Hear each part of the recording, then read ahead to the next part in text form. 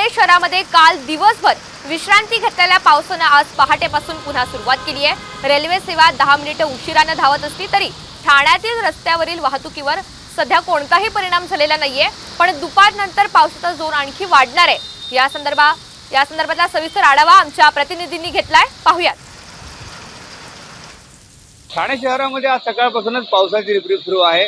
काल रात्रीपासूनच पावसाची रिपरिप सुरू असताना आता देखील आपण बघू शकतो की ठाण्यातला जो काही घोडबंद रस्ता आहे या ठिकाणी देखील पावसाची रिपरिप सुरू आहे। सतत पडणाऱ्या पावसामुळे कुठल्याही प्रकारची वाहतूक कोणती जरी झाली नसली तरी देखील जी काही रेल्वे सेवा आहे, मध्य रेल्वेची रेल्वे सेवा आहे ती 10 ते 15 मिनिटांनी उशिराने धावत आहे। विशेष म्हणजे ही जी काही रिपरिप आहे दिवसभर सुरू राहणार आहे।